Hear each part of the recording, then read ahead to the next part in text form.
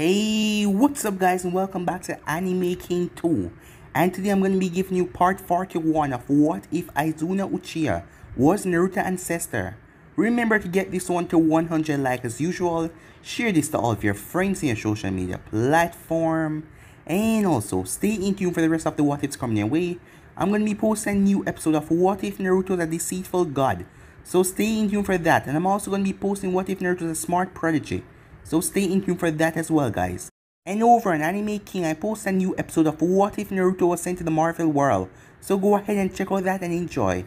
And later on I'm going to be posting a new episode of What If Naruto was neglected by everyone, so stay in tune for that as well. And I'm also going to be posting a brand new episode of What If Naruto was from the 2 greatest clans, so stay in tune for that as well guys. And remember, if you're new and this is the first time hearing my voice, and you enjoy the videos on both Anime King and Anime King 2, go ahead and click that red subscribe button and become a part of the Anime King family. And thank you for all of your help and support. And yeah, without further ado, let's begin this new episode. Start the intro. I think the girls with their nails done now.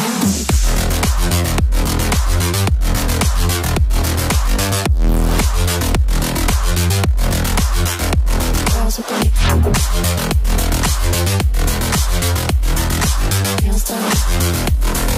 I think the girls with their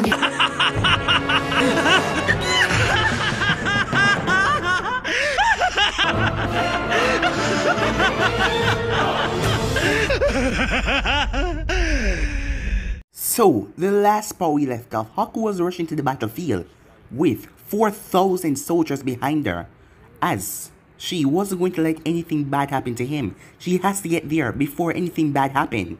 Meanwhile, Naruto was taking on the 2 Tails and the 8 Tails and the Raikage. Naruto decided to show them the power that he wields as he manifests Kurama along with the Susanoo, and he also put on the wood style on it for more security, as Naruto grabbed A with his tail and squashed him like a bug as blood rained down. B went on a rampage as he started to attack Naruto in a brutal fashion as the both of them started to battle. When Haku arrived on the battlefield with the ninjas, the 4,000 Reich soldiers, it started to show that they were overwhelming as the other side was losing badly. So they decided to do a tactical retreat as they fire off a flare telling the others to retreat. But Haku told her soldiers to massacre all of them as it was brutal, as Kurenai could only watch as the others got massacred by the Reich army, leaving none of them alive. She just hoped that they knew that she was on their side now, as they got massacred. The war then went on with Naruto as he beat down both 2 Tails and 8 Tails, until Naruto collapsed as he was coughing up blood, as Shino arrived with at least 200 envoys. As Shino was infecting Naruto with this bug, as they all attacked Naruto, as they started rain attack down on his Susanoo mixed with a fox, as the envoys started to release attacks after attacks. As Shino talked to the 2-tailed beasts, they were hesitant to do it at first, but they have to, as Naruto was finally brought down by all of their force, and plus that he was getting damage from the inside, as Kurama told him that he could keep this armor up, or he could focus on getting these tiny insects out of him. As Naruto collapsed on one knee as he started to get bad, as Naruto still finds his strength as he trampled both 8 and 2 Tails, as Naruto used a wood style that eradicated 180 of the envoys, killing them instantly. As Naruto then saw the 2-tailed beast looking over there, like they were going to do something, as Shino and the remaining 20 envoys started to retreat, as Naruto saw them lighting up their stomach, as Kurama told Naruto that they're planning to explode. As Naruto saw that his Reich soldiers, Haku, all of them were here, he has to.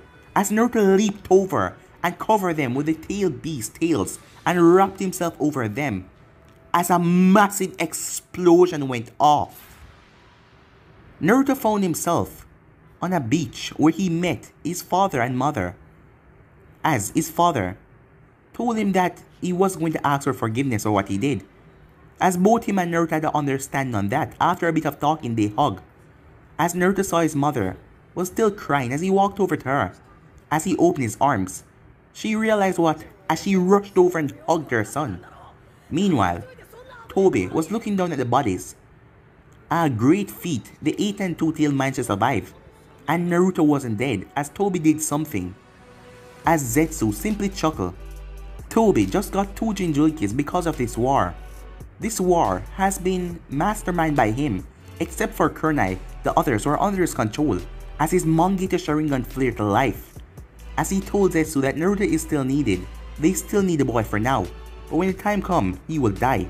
But Naruto was on the brink of life and death, as he was still going. So yeah guys, that was basically the last part we left off. You guys can switch across the place to check out for yourself, so let's start this new episode. Kushina couldn't help but stare at the 2 identical men sitting beside her. Both of them were so alike, not just in looks, but in thinking as well. There was an aura around Naruto which she could feel, but she couldn't understand.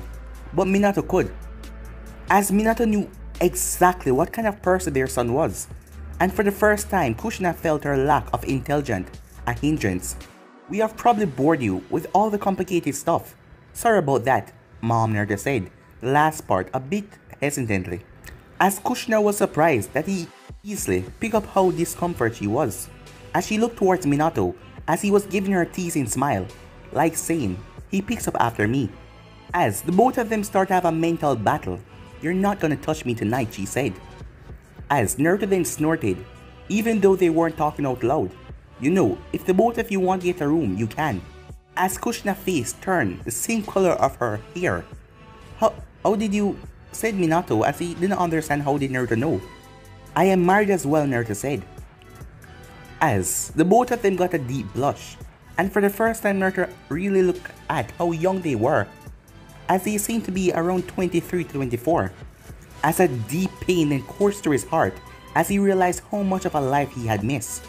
There were very few moments in his life that could be considered living, while the rest were a part of endless fighting on the battlefield or somewhere else. He could only imagine the pain that he must have put Haku and Kunai through.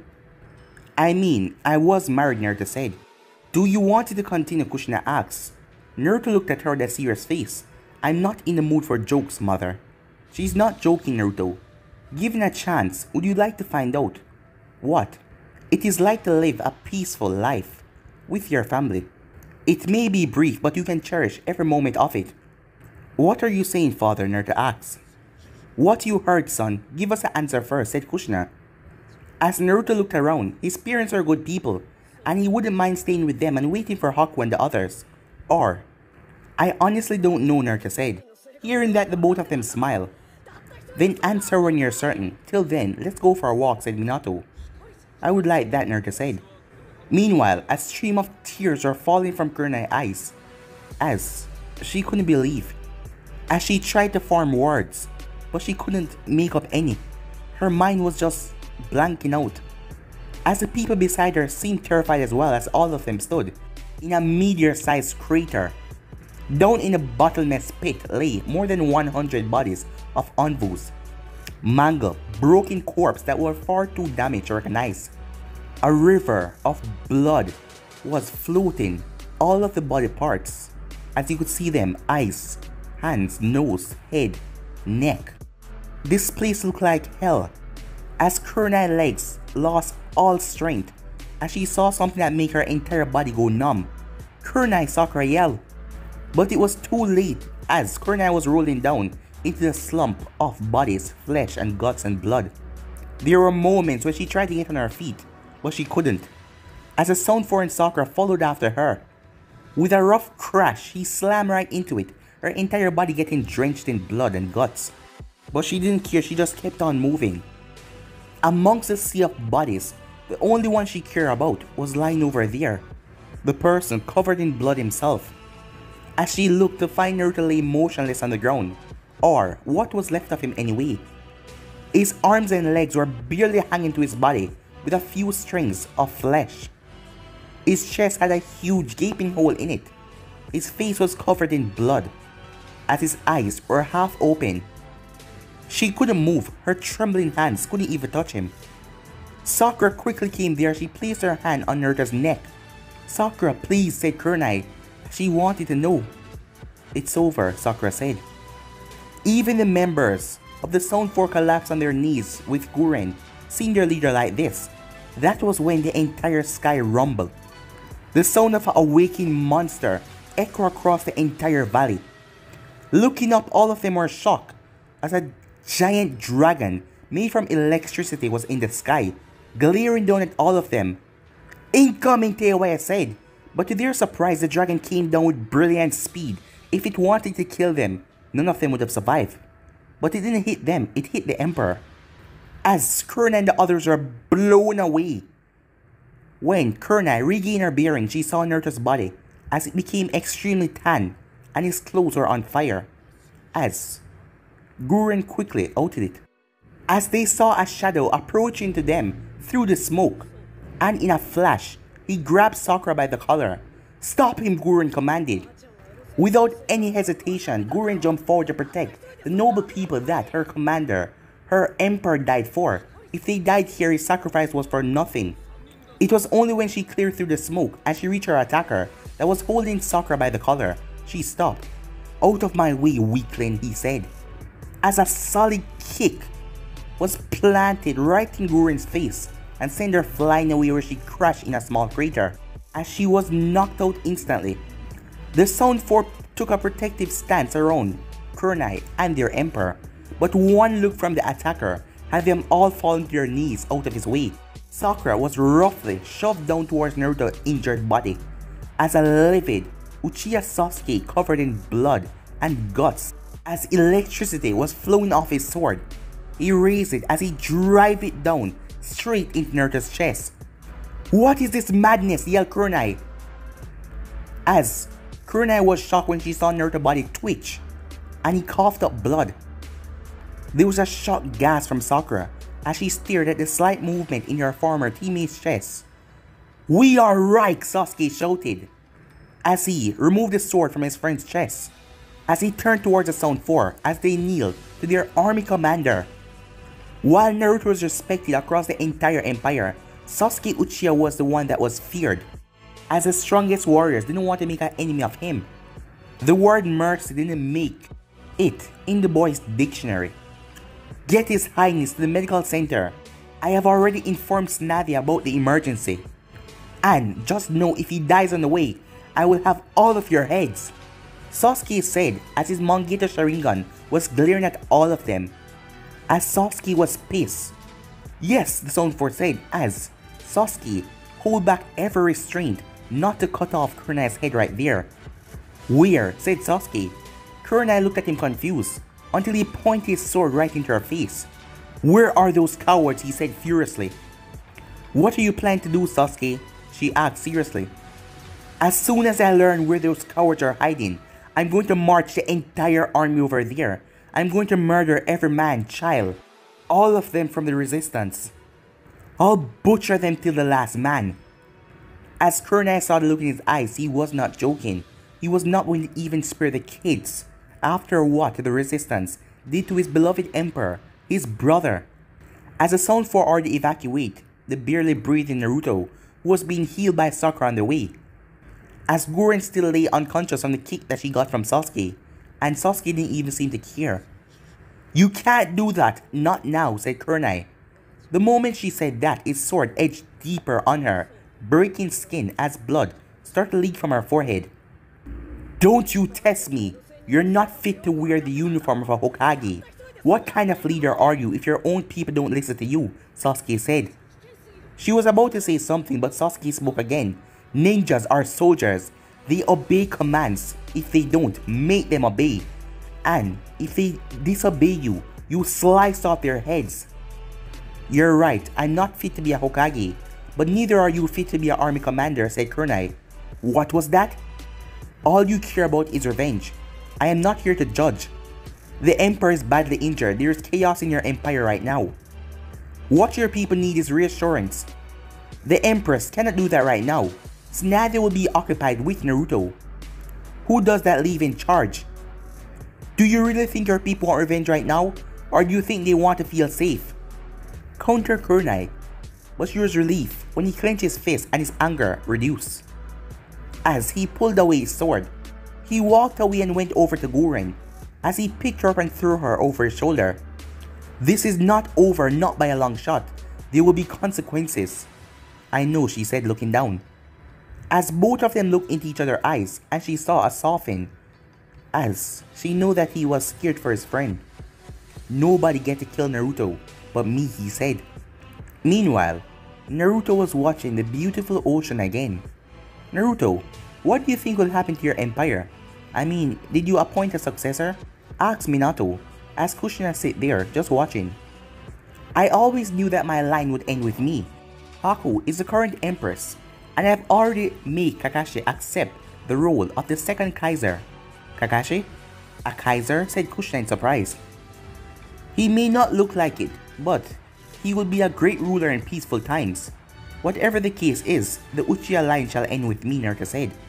What about Sasuke? His mother asked. Sasuke is many things, but he's not fit to be a Kaiser. I am lucky that he understands and accepts this fact, so he will stay loyal to the right and be its greatest protector. And if Sakura is not able to convince him to marry, I guess he will be the last Uchiha, said Naruto lightheartedly, making Kushina smirk. As the both of them saw Naruto looking out, as they easily saw the pain in his eyes. You missed your wife, said Kushina. And you feel guilty because of the way things ended with Kurenai. You never stopped loving her, did you, son? Asked Minato. As Naruto looked away, as he didn't want to see the disapproval in his mother's eyes. I have let both of them down. I have never betrayed either of them, and I love both of them with all my heart. I know what you want to say, mother, but I will always love both of them equally. And if that makes me a sinner, then I am one. But he was surprised when Kushina came forward, as she ruffled his hair. I lost the right to judge you a long time, Sasha, she said. I know you're an honorable man, and I will accept whatever choice you make. It's quite strange, you're a far better leader than me, but you're a novice when it comes to relationships, said Minato. Naruto looked at his mother. Is he always this annoying? Finally, said Kushina. Yes, all the time. I am glad someone else saw it. As Minato pouted, as both mother and son chuckled. As Naruto started to tell them about the Reich and all that, and about the government that he built over the years, and about the system, and the traditions that must go on before they could start any war, as all of them just sit there listening. After telling them what he had done, both of them gave him a proud smile. There is something you forgot to take into calculations, a threat that can destroy the empire along with humanity, said Minato. Your father is right. The reason we were forced to see the Kyuubi inside of you was none other than the Akatsuki, said Kushina, as memory of that night came flooding back in her heart. As Naruto took a step back, as he could now understand the uneasy feeling he got whenever he was around Zetsu, or that dark look in Tobi's eyes. Happened that night, Naruto asked, dreading that the answer would shake his world. Naruto saw the sad look in his parents' eyes before Kushina spoke. Nearly 18 years ago, when I was giving birth to you, Konoha was attacked by a masked man. He was the leader of the Akatsuki, Uchiha, said Kushina. Tobi, said Naruto in shock, as his hatred for the man skyrocketed. So that man was responsible for everything that he went through. Tobi was the reason behind his parents' death. But Minato shook his head. The man who attacked Konoha that night was using the alias of Tobi, but in truth he was Obito Uchiha, a student of mine who was said to have been killed in the Third Great Ninja War. But Naruto glared at Minato. Your student? Are you telling me your student defeated the Great Yellow Flash and nearly destroyed Konoha? Naruto asked in disbelief. He had the Mangekyou, Naruto. Combining that with the power of the fearsome Nine Tails, he also managed to separate the Nine Tails and make it run amok. Fortunately, I already secured you and Kushina's life before getting trapped. Why did he do it, Naruto asked. Seeing no use to get frustrated over something that happened a long time ago. Because I couldn't protect Ren, another student of mine. Kakashi must have told you about this. So, they were that Obito and Ren, Naruto said in surprise. Yes, he loved her, and when she died, he felt the hatred of the Uchiha. Just as you blame the world for your own daughter's death, Obito blamed the world as well. But he wanted mass destruction. Everything. Naruto held on to his forehead to think that everything happened because... You're wrong, Naruto, said Kushina. The Tobi you know is not Obito Uchiha. What? Naruto said as he was confused. It's true, because I killed Obito with my own hands 18 years ago, said Minato. As Naruto stood there in shock, if Obito Uchiha had been killed, who are you, Toby? Naruto wondered. Meanwhile, in the real world, it has been 6 months since everything happened, as we currently have Hinata standing beside Sasuke, as Hinata saw the dark spots under his eyes and the occasional cough here and there. To think that he had alone safeguarded the vast empire for the past 6 months, he had put all of that responsibility on himself. After hearing about the emperor going down, they were attacked, but Sasuke was there with the defense as he protected their home, letting no one in, stopping all advances. Haku passed out from shock after hearing what happened to Naruto, but after a few days of rest, she recovered. It was then that the citizens come to know that she was pregnant and a prince was on the way. The gloomy feelings vanished, and the right fought with all their heart for the future of their young prince. Even if the emperor was still in a critical condition and hanging to life, the people still have hope. As Sasuke has taken complete control of the military and squashed all enemies that dare to face them, Tsunade and Kakashi had taken charge and handled the day-to-day affairs of the Reich and the government. As for Haku, she did occasionally oversee the affairs of her kingdom, but most of her time was spent by her comatose husband's side, as except for Tsunade, Kakashi and Sasuke, she didn't let anyone get a glimpse of him.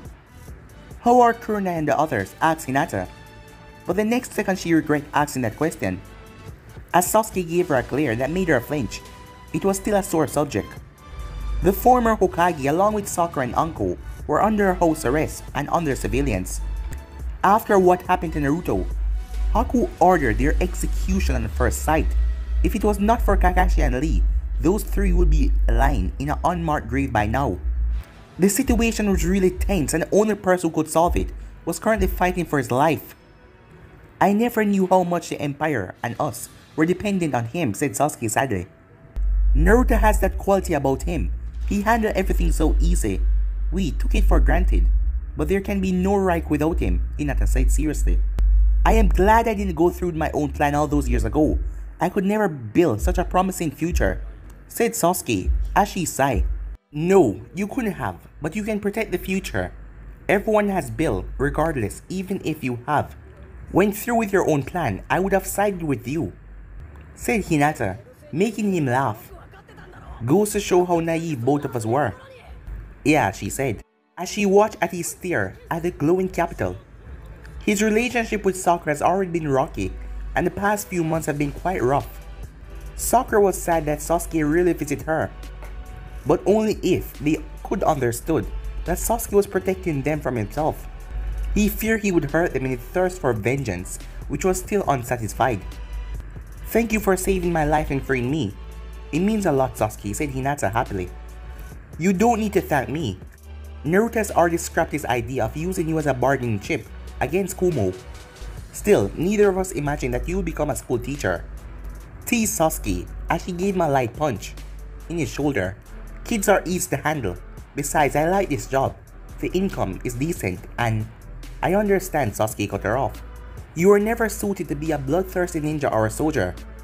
At least this way some of us will have a happy ending, said Sasuke mysteriously as he looked up in the sky. Before she could ask why he said that, he already turned around and started picking up his things. It was the end of this meeting and Hinata didn't need him to say it in words. When will you come back, she asked. When I'm able, he said, as he walked over to the door, as he gripped the handle tightly. She couldn't see his face, but she heard his words. I just hope that eventually people will realize who I am. As he left by saying those words, a small tear slipped from Hinata's eyes. I know who you are, Sasuke. I know who you are, she said to herself. Meanwhile, Haku sighed as she shifted through the books, as she was reading on democracy and politics. As her eyes shifted towards her husband, as most of the doctors deduced Naruto to be brain dead, a corpse whose body was alive but mind was gone. If not for Tsunade and her expertise, even that, his body would have been lost. Many suggested for her to put him out of his misery, but she couldn't do that no matter what. Her hand touched her swollen belly, as their child was forming inside, and soon the Empire will get their heir. Watching his chest move up and down, he was attached to those machines, made her feel sad. She wanted him to see his child, if at least once. He deserved that at least after everything he'd been through in his life. And her son also had a right to see and be touched by his father, no matter what condition he was in. Right now the Empire has captured the entire world, but maintaining hold over it was extremely difficult.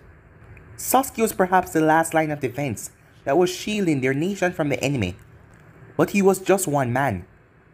Regardless of the morale of their forces, they were aware that their strongest fighter, the Emperor, was down. It was only a matter of time before the enemy find a breakthrough. She looked over as she held on Naruto's hand, as she placed it on her stomach. "We need you, Naruto. All of us need you," she said. If only she knew that her greatest fears was about to come true. In a dark room, several people were sitting.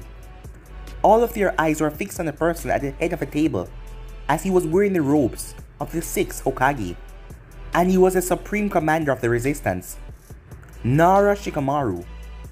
As Shikamaru stood there that frowned, as the latest frontline reports appear on his decks, as he also saw the current war being displayed on a screen in front of them. Beside him was the Mizukage, the Katsukage, and the newly appointed 5th Raikage, the Rui. Apart from that, Jiraiya, Ayo, Gai, Baki, and Kankuro and Kojiro was also present in the room, and Shino as well, as Shino has gotten a reputation as the magician, seeing that he was the only one able to bring down Naruto, the strongest warrior alive. "What do you think?" said Shikamaru. This war is turned out to be an occasion. The right is clearly defensive, and our offensive nature is bringing a stalemate between it, said Shino. "Why are they not going on the offensive? Granted, our force outnumber the right 2-1, but their fighters are also quite good, and they still have strong leaders at the top," said Darui. "The problem with the right is they have an extreme strong top leadership, but they lack sub-commanders who can execute the decision for the plans. Our problem is we lack a powerhouse like Naruto or Sasuke, but we also have capable sub-commanders. We have to take advantage of his weakness," said Shikamaru's emotion towards Shino. As Shino changed the screen, as it showed the land, the battlefield in between, as that was the most important part, as that connected the right and the heart of the resistant territory. In between was the Sarutobi fortress that protected the Reich against full-scale invasion at every turn. It was still a sore point for Jiraiya, as Naruto had honored Sarutobi by naming one of the most important territory of his kingdom after the 3rd Hokage. Since our battles on most areas have not shown most results, we have no option but to capture the Sarutobi fortress. If successful, we can launch a massive invasion into the heart of the Empire, said Shino, making Temari frown. In the past, our efforts have only ended in the massacre of our soldiers. Have you forgotten? Iron Shield, Gaara, is the commander of that fortress. As long as he's the leader, you cannot capture that fortress. We can't even match the firepower, and the number of right soldiers that defend it is great, said Temari. Right now as it stands, we will be wiped out because of our supplies. Everything is extremely low, and the morale of our troops has been low ever since Kurenai defected. If we don't gain a huge victory soon, it will be the end for us. It is with this reason I propose a plan to capture the Sarutobi's fortress, he said, as everyone's full attention was on him now. The next few minutes was spent explaining the entire plan. By the time he was done, half of the people in the room were looking at him with disgust, while the other half was staring at him with admiration in their eyes. We can't go that far, that is. But Temari was cut off when Shino's cold gaze landed on her. Then I'll relieve you of your command. In this war, we either live by the sword or die by the sword. That's the only option on the table, threatened Shino. Baki immediately took a step forward, but Temari stopped him. The plan seems sound, and our chance of victory is extremely increased. But you should know, Abermi, history won't be kind to us if we do this. History is written by the victor. It is one of the ideals that me and Naruto share. If we win this, we can change the entire story according to our taste. If we don't take this action, then I can assure you, we will be the history, said Shikamaru. Jiraiya shook his head as he didn't like this plan. There were some lines that not even him was willing to cross. Assassinating the emperor was necessary, but this is just madness. But to his shock, the Raikage, the Mizukage, the Kazekage, and the Hokage agreed without any argument. Their subordinates also shared the same opinion. Who would lead this expedition? Asked Jiraiya. Shino stepped forward. I am appointing the magician of the commander forces, said Shikamaru. Any objections? Do I really have to take part in this? Temari asked. Yes, Shino said. Then I want you to take full responsibility. I won't be held accountable if this plan fails. Am I clear? Temari said. Very well, said Shino. I will also need the Mizukage and our top fighters to take part in this as well. The Black Lancers, and I will make sure that it's a success, said Shino, as Mei nodded. We will do as you say. Oi, Shino, isn't taking the Black Lancers an overkill for this mission? Asked Shikamaru. The Black Lancers were the best. They were the fastest, strongest soldiers in the entire resistance. They were made up of Konoha Anvu, the San Anvu, and Kiri Anvu, and the remnants of the Kinkoku force of Kumo. Recently, the remaining force of the stone had joined the resistance as well, and they have been joined to this unit. Don't be mistaken, our opponent is another Jinchuriki. One mistake and he will give you a sand burial. Naruto was only beaten because of a sneaky attack that he wasn't prepared for. In a one-on-one fight, even if it was an army of us, we cannot match the power of our Jinchuriki, said Shino. I see, said Shikamaru. You have thought this through. It might not be an overstatement to say that you're our best chance of winning this war, as the others nod as well as they agree with that statement. As Shino didn't say anything to the amount of praises, as he just looked outside, as his name has become legendary ever since he brought the emperor down. He would not like so much attention, but there was no choice. They have called him the magician because he was able to do something that no one else was able to do. Later that day, Shino was talking to Shikamaru by himself. After all of this, I suggest, if we capture the Sarutobi fortress, we form a truce with the Empire. This war has gone on long enough, said Shino. We can create a separate nations, cutting the border so our people can live in harmony and peace. Our civilians will stage a revolt sooner or later if they continue to live in such a poor state. Shikamaru looked at his decks, as he has been getting a lot of reports of villagers demanding more assets, as the thing was spread thinly around the village. Even their own soldiers cannot get enough, as they were low on resources. Using Sarutobi Fortress as a bargaining chip, I think we can come to a conclusion with the Reich. There is no point in continuing this war. Have you discussed this with anyone else? Asked Shikamaru. No, Shino said. Then keep it that way, it's an order. Naruto wants to eliminate the shinobi. Our culture will be destroyed. As Shino didn't really say anything, as his mind was going through a lot of thoughts. With that, he decided to leave. As Shino went outside, as he was walking through the streets, as he could see the thing that made him very disappointed, as he could see a lot of children under small shelters, as they were begging for money and food, anything to survive. Looking at the condition of his people, make him think about his actions. The resistant leader and military forces wanting to continue the war even if it meant their total annihilation. The current strength of the resistance stood at 50,000 fighters and 5,000 reserves. The Reich had 26,000 active and 10,000 reserves. Despite the greater number, the resistance have not received success because of the power of the Reich soldiers. And a lot of things as well, Kurnai defection, as that dropped the morale for the soldiers, saying that what's the point? If their leader was willing to give up and leave like that, what is the point of them keep on fighting? As Shino got the report, the Empire was quite happy. The people were not living like this. Even if Naruto made most of them loyal to him with the Sharingan, he treated them well. And Shino realized that he was just fighting a war for the violent corrupted ninja system.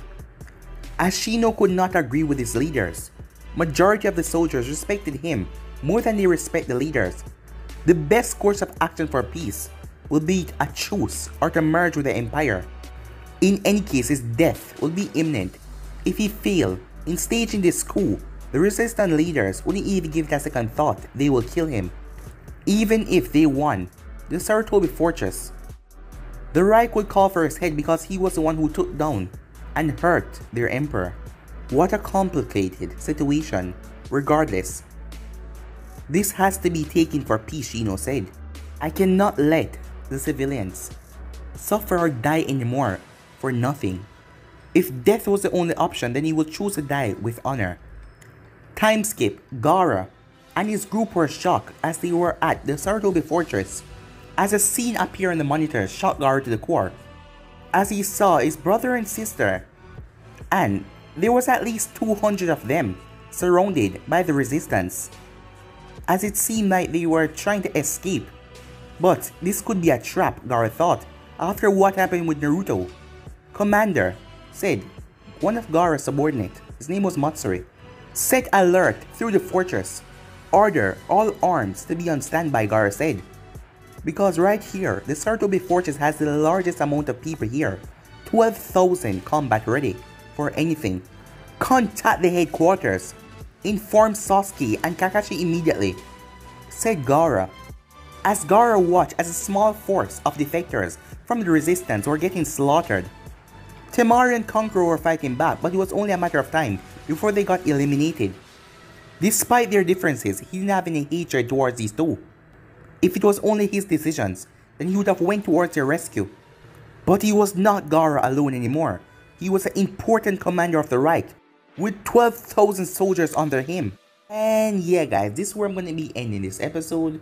Remember to click that red subscribe button and comment down below to stay in tune for the rest of the series. And yeah, without further ado, I'm out for now. Stay in tune for the rest of the series come tonight. Peace guys.